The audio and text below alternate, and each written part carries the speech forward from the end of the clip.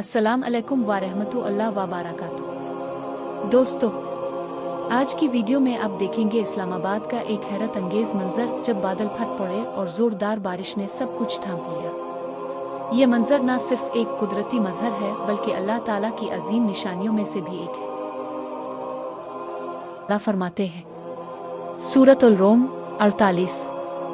तर्जुमा, अल्लाह ही है जो हवाएं भेजता है, फिर वो बादल को अलिफाटेती हैं, फिर वो बादल को आसमान पर जिस तरह चाहता है फैला देता है और इसे टुकड़ों में कर देता है, फिर तुम देखते हो कि इसके बीच से बारिश निकलती है।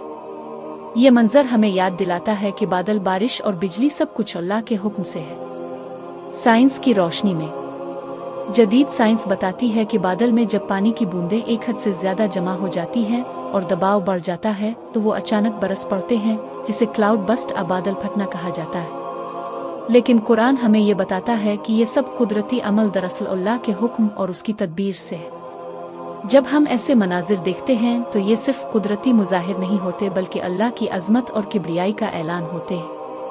ये हमें इस बात की याद दहानी कराते हैं कि दुनिया में हर चीज का खालिक और सिर्फ अल्लाह है। दोस्तों, इस्लामाबाद में बादल फटने का ये मंजर यकीनन देखने वालों के दिलों को हिला देने वाला है।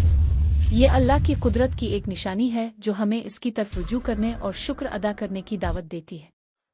अगर आपको ये वीडियो पसंद आई हो तो इसे लाइक करें, अपने दोस्तों के साथ शेयर करें और मजीद इस्लामी वीडियोस देखने के लिए हमारे चैनल को सब्सक्राइब जरूर करें।